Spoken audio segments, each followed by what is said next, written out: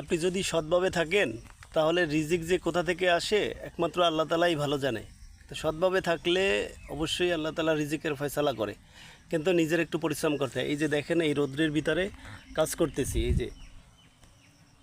এই যে মেদাগুলা এগুলা বানাইতেছি রৌদ্রের ভিতরে, কিন্তু তার ভিতরে এই জায়গায় একটু জিরাইতে বসছি। এই দেখেন পিঠা চলে আসছে, আসলে এটা রিজিকে আছে।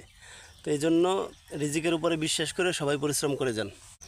এই জন্য বলিয়া আল্লাহর উপরে ভরসা রাখুন আর আপনার সাধ্য অনুযায়ী চেষ্টা করে যান। দেয়ার মালিক আল্লাহ তালা।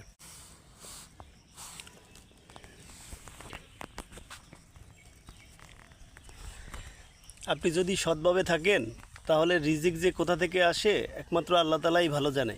তো সৎভাবে থাকলে অবশ্যই আল্লাহ তালা রিজিকের ফয়সালা করে, কিন্তু নিজের একটু পরিশ্রম করতে হয়। এই যে দেখেন, এই রৌদ্রের ভিতরে কাজ করতেছি,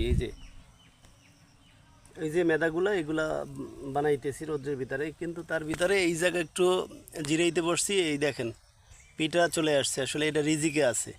তো এই জন্য রিজিকের উপরে বিশ্বাস করে সবাই পরিশ্রম করে যান। এই জন্য বলিয়া আল্লাহর উপরে ভরসা রাখুন আর আপনার সাধ্য অনুযায়ী চেষ্টা করে যান। দেয়ার মালিক আল্লাহ তালা।